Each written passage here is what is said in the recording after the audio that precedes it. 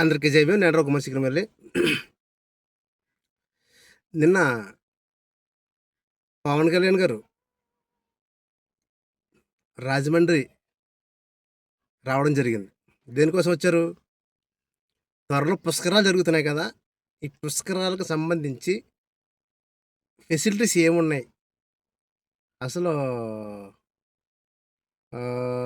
ప్రజలకి ఏం అవసరం, గోదావరిలో స్నానం చేసినప్పుడు నీట్గా ఉండాలి, ఏ విధమైన మురికి నీరు గోదావరిలో కలకూడదు, ఫ్రెష్గా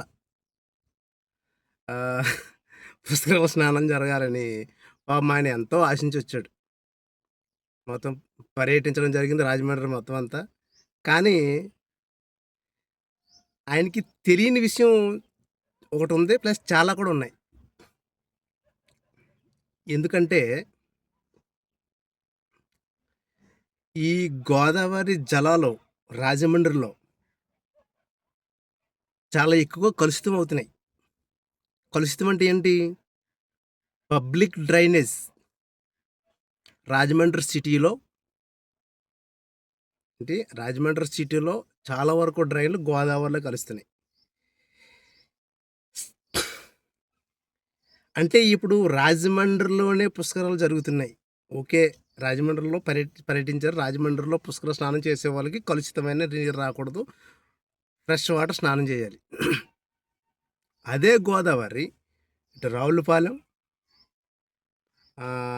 ఈ సైడ్ మొత్తం అంతా పుష్కర ఘాట్లు ఎక్కడెక్కడ ఉన్నాయి, రావులపాలెం సైడు మొత్తం ఇదంతా ఇలాగా డాక్టర్ బిఆర్ అంబేద్కర్ కోనసీమ జిల్లాలో మొత్తం కొత్తపేట సర్కిల్ దగ్గర నుంచి మొత్తం ఇలాగా ముమ్మడివారం, చిన్న కాశీ, కొండలేశ్వరం ఇలాగ ఇవన్నీ ఉన్నాయి. ఈ గోదావరిని ఆనుకుని చాలా పుష్కర ఘాట్లు ఉన్నాయి. పోతే ఈ పుష్కర ఘాట్లో స్నానం చేస్తున్నటువంటి భక్తులకి, అదేవిధంగా పర్యావరణ మంత్రి అయిన పవన్ కళ్యాణ్ గారికి ఒక కనువిప్పు కలిగే విషయం చెప్తున్నాను నేను. ఎందుకంటే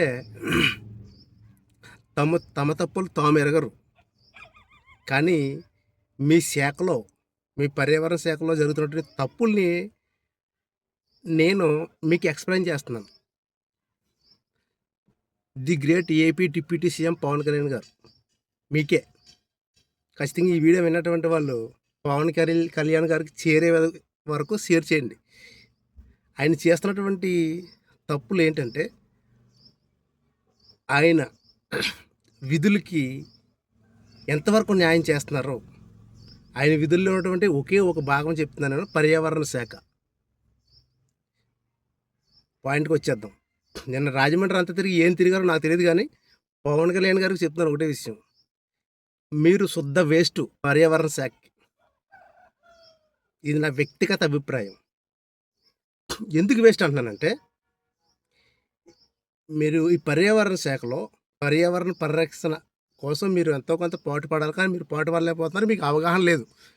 పర్యావరణ పరిరక్షణ శాఖ తీసుకోవాలంటే దాని మీద చాలా అవగాహన ఉండాలి. పాయింట్కి వచ్చేద్దాం. ఇప్పుడు రాజమండ్రి గోదావరి నుంచి ఈ త్రాగునీరు, సాగునీరు పథకమైనటువంటి కాలువలకి ఏ విధంగా నీరు కలుషితం అవుతుంది. ఇప్పుడు గోదావరి జలాలు రాజమండ్రి నుంచి వస్తుంటే ఎంట్రన్స్లో ధవళేశ్వరం ఎంట్రన్స్ తగులుతుంది సాయిబాబా గుడి. అదేవిధంగా అక్కడ రాజమండ్రి ఏటుకొట్టు నుంచి వచ్చి ఆ ఏటుకొట్టు ధవళేశ్వరంకి ఎండ అయ్యేటప్పుడు లెఫ్ట్కి దిగితే, డౌన్లో దిగితే అక్కడ సాయిబాబా గుడి ఉంటుంది. ఈ సాయిబాబా గుడి దగ్గర ఫస్ట్ పాయింట్, ఆ రాజమండ్రి సర్కిల్లో ఉన్నటువంటి పబ్లిక్ డ్రైన్ అంతా కూడా, పబ్లిక్ డ్రైన్ అంటే ఏంటి? ఈ మధ్య పబ్లిక్ డ్రైన్లో వ్యర్థాలు కూడా కలిపేస్తున్నారు. ఈ పబ్లిక్ డ్రైన్ వాటర్ అంతా కూడా సాయిబాబా గుడి దగ్గర నుంచి, సాయిబాబా గుడి దగ్గర ఒక బ్రిడ్జ్ ఉంది రోడ్డుకి, R&B రోడ్డుకి. ఈ బ్రిడ్జి కింద నుంచి కెనాల్ వెళ్తుంది, మురుక్కాలవ. ఈ పబ్లిక్ డ్రైన్ అంతా కూడా వచ్చి సాయిబాబా గుడి దగ్గర నుంచి గోదావరిలో కలిసిపోతుంది. ఈ గోదావరిలో ఈ పబ్లిక్ డ్రైన్ కలిసిన తర్వాత ఆ గోదావరి నీరు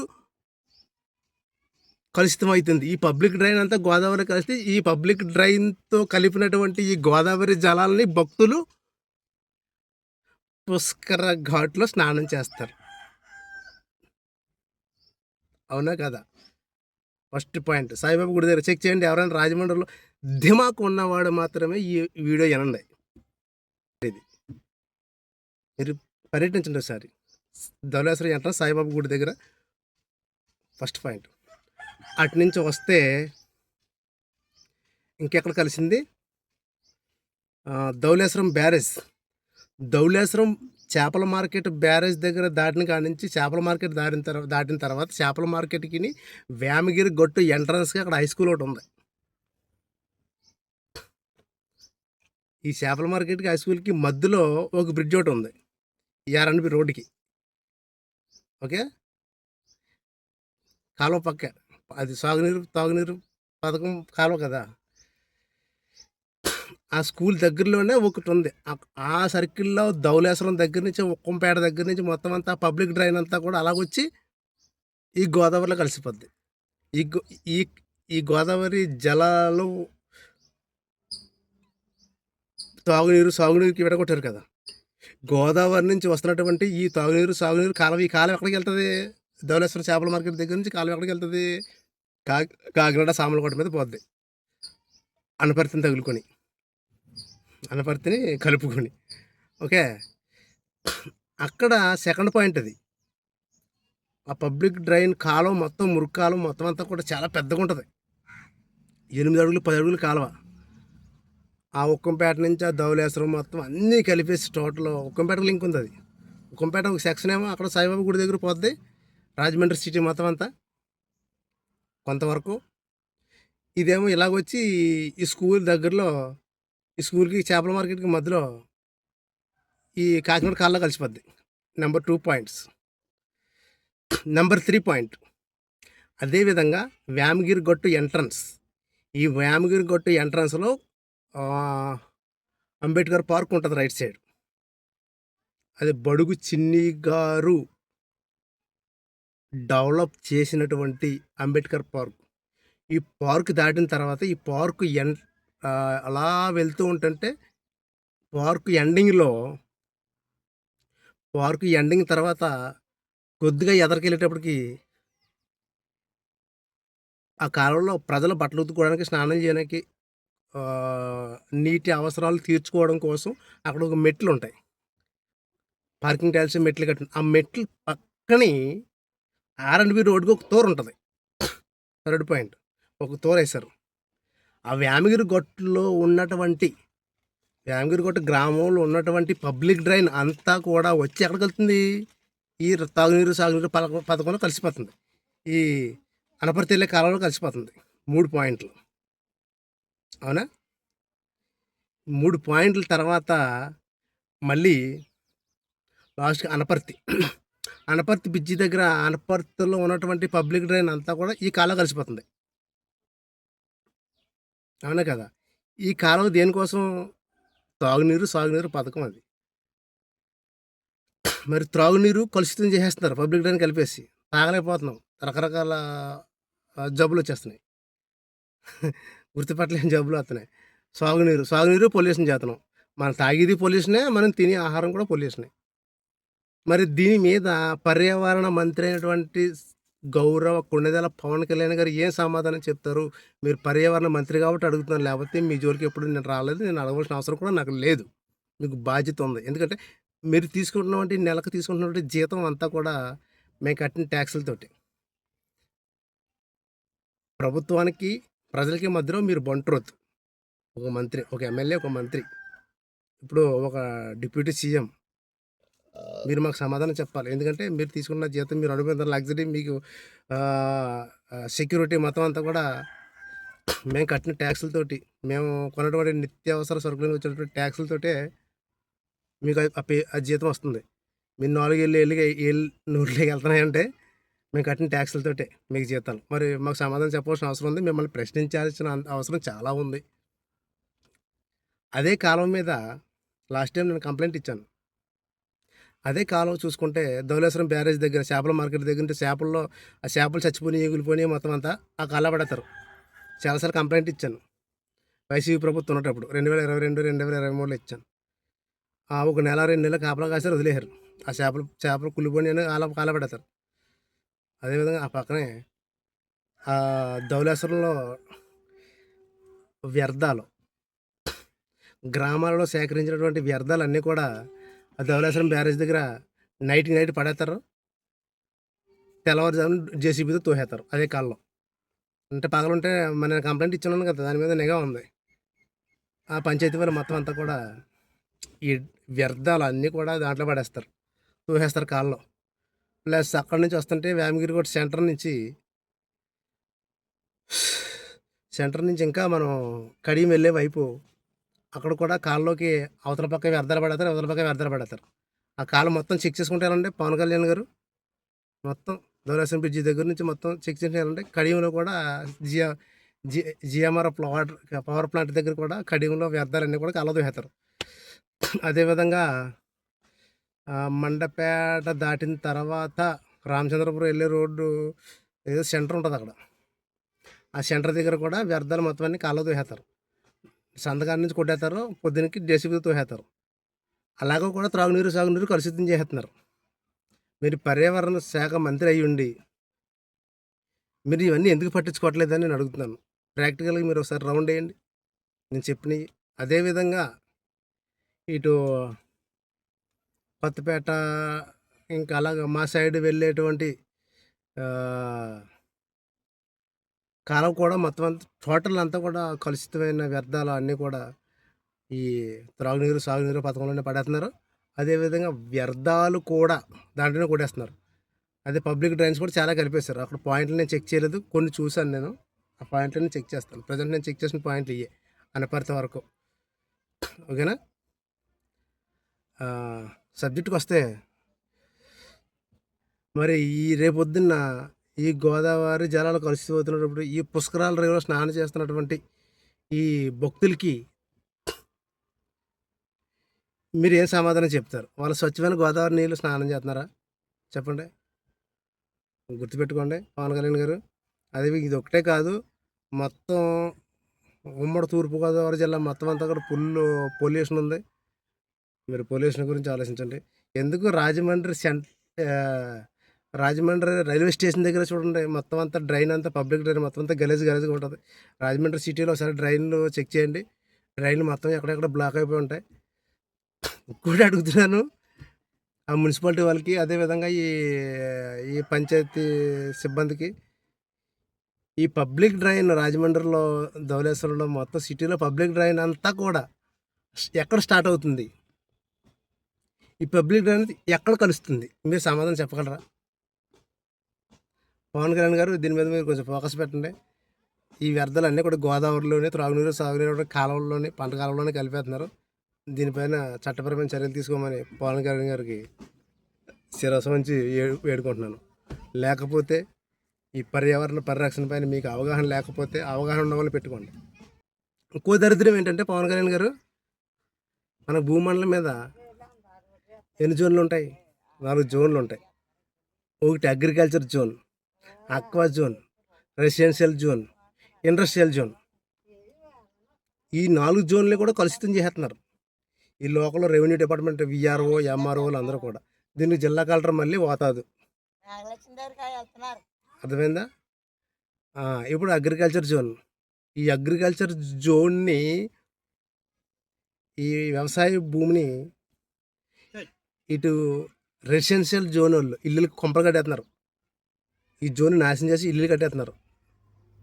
అవునా? దీన్ని మళ్ళీ ఇదే ఆక్వా జోన్లోకి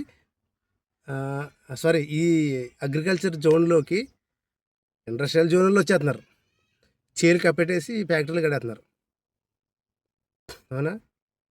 మళ్ళీ ఇదే అగ్రికల్చర్ జోన్లోకి ఆక్వా జోన్లో వచ్చేస్తున్నారు. ఈ విధంగా వ్యవసాయం పండించుకోవడానికి అనుకూలంగా ఉన్నటువంటి ఈ అగ్రికల్చర్ జోన్ని ఇప్పటికే 60% నాశనం చేసేసారు. 40% ఉంది. ఈ 40% కూడా కొన్ని రోజుల్లో నాశనం అయిపోతుంది. మనకి వ్యవసాయం అనేది పండించుకోవడానికి ప్లేస్ ఉండదు. వ్యవసాయ భూమిని అంతా కూడా ఇల్లులు కట్టి పూర్తి చేస్తున్నారు, ఇండస్ట్రియల్ కట్టేసి పూర్తి చేస్తున్నారు, చేపల చెరువులు రొయ్యల చెరువులు వేసి మొత్తం కప్పెట్టేస్తున్నారు. మొత్తం సర్వనాశనం అయిపోయింది. కొన్నాళ్ళకి మనకి ఇది దొరకదు. పంట పండించడానికి పంట భూమి దొరక పక్క రాష్ట్రం వల్లనే పక్క దేశం వల్లనే మనం అడుక్కోవాల్సి ఉంటుంది. తిండి గింజలు ఇప్పుడే తిండి గింజలు బయటికి ఎక్స్పోర్ట్ చేస్తున్నారు, రేపు పొద్దున అది కూడా ఉండదు. అవునా కాదా పవన్ కళ్యాణ్ గారు చెప్పండి. అదేవిధంగా ఆక్వా జోన్ ఎవరైనా పాడు చేస్తున్నారా? ఆక్వా జోన్ లాగే ఉంటుంది. ఈ ఆక్వా జోన్ మళ్ళీ అగ్రికల్చర్ జోన్ని కూడా ఆక్రమించేసి మొత్తం అంతా ఆక్వా జోన్ పెరుగుతుంది. ఆక్వా జోన్కి ఎవరు వెళ్ళలేదు. ఇండస్ట్రియల్ జోన్లోకి ఎవడు వెళ్ళలేడు.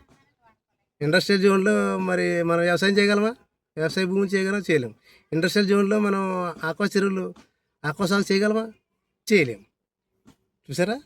అంటే ఎక్కువ తేరగా కనపడుతున్నటువంటి జోను అగ్రికల్చర్ జోన్ మాత్రమే. అవునా? Residential zone. ఈ రెసిడెన్షియల్ జోన్లోకి మనం వెళ్ళి మనం పంట పండించగలమా? అగ్రికల్చర్ జోన్ చేయగలమా? ఇదే రెసిడెన్షియల్ జోన్ని మనం ఆక్రమించి ఆక్వా జోన్ చేయగలమా? ఇదే రెసిడెన్షియల్ జోన్ని ఆక్రమించి ఇండస్ట్రియల్ జోన్ చేయగలమా? ఊరుకుంటారా? ఊరుకోరు. ఇది వ్యత్యాసం. తేరగా కనపడుతున్నటువంటి మనకు అన్నం పెడుతున్నటువంటి అగ్రికల్చర్ జోన్ని సర్వనాశనం చేసేస్తున్నారు. దీని మీద మీరు దృష్టి పెట్టాలి పవన్ కళ్యాణ్ గారు. మరో ముఖ్యమైన విషయం, ఈ అగ్రికల్చర్ జోన్ని ఆక్వా జోన్ చేస్తున్నటువంటి వాడు ఆక్వా పండిస్తున్నాడు. ఇదే అగ్రికల్చర్ జోన్ని ఇండస్ట్రియల్ చేసినోడు ఫ్యాక్టరీలు కట్టుకుంటున్నాడు. మూడోవాడు ఉన్నాడు రెసిడెన్షియల్ జోన్. ఈ రెసిడెన్షియల్ జోనుడు కొంపలు కడదాము, ప్లాట్లు కట్టి అమ్మేసుకుందాం, అధిక రేట్లకు అన్నవాడు ఈ అగ్రికల్చర్ జోన్ని నాశనం చేసి మొత్తం ఫ్లాట్లు కట్టేసి ఖాళీగా ఉంచుతున్నారు.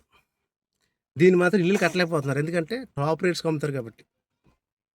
సెంట్ 50 లక్షలు, 60 లక్షలు, 20 లక్షలు అమ్ముతున్నారు కాబట్టి ఈ అగ్రికల్చర్ జోన్ పాడు చేసేసి ఈ రెసిడెన్షియల్ జోన్ చేసినటువంటి ఈ రెసిడెన్షియల్ జోను అమ్ముడవట్లేదు.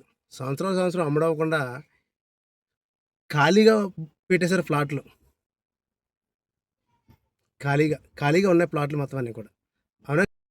మరి పవన్ కళ్యాణ్ గారు ఈ అగ్రికల్చర్ జోన్ని పాడు చేసేసి ప్లాట్లు వేసేసి సంవత్సరాల నుంచి ఖాళీగా ఉంటున్నాయి.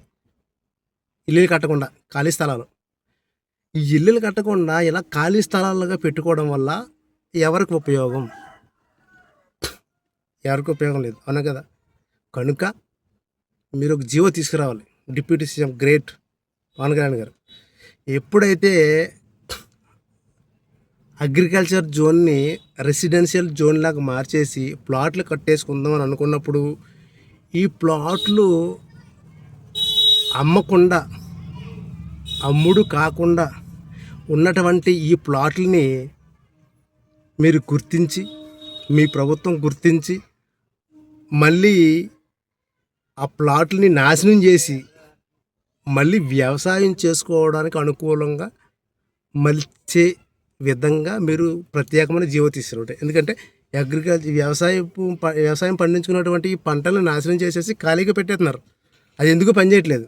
కనుక ఎవడైనా సరే అసలు అగ్రికల్చర్ జోన్ని ఆక్వా జోన్ చేయమని జీవో లేదు, ఇండస్ట్రియల్ జోన్ చేయమని జీవో లేదు, రెసిడెన్షియల్ జోన్ చేయమని జీవో లేదు.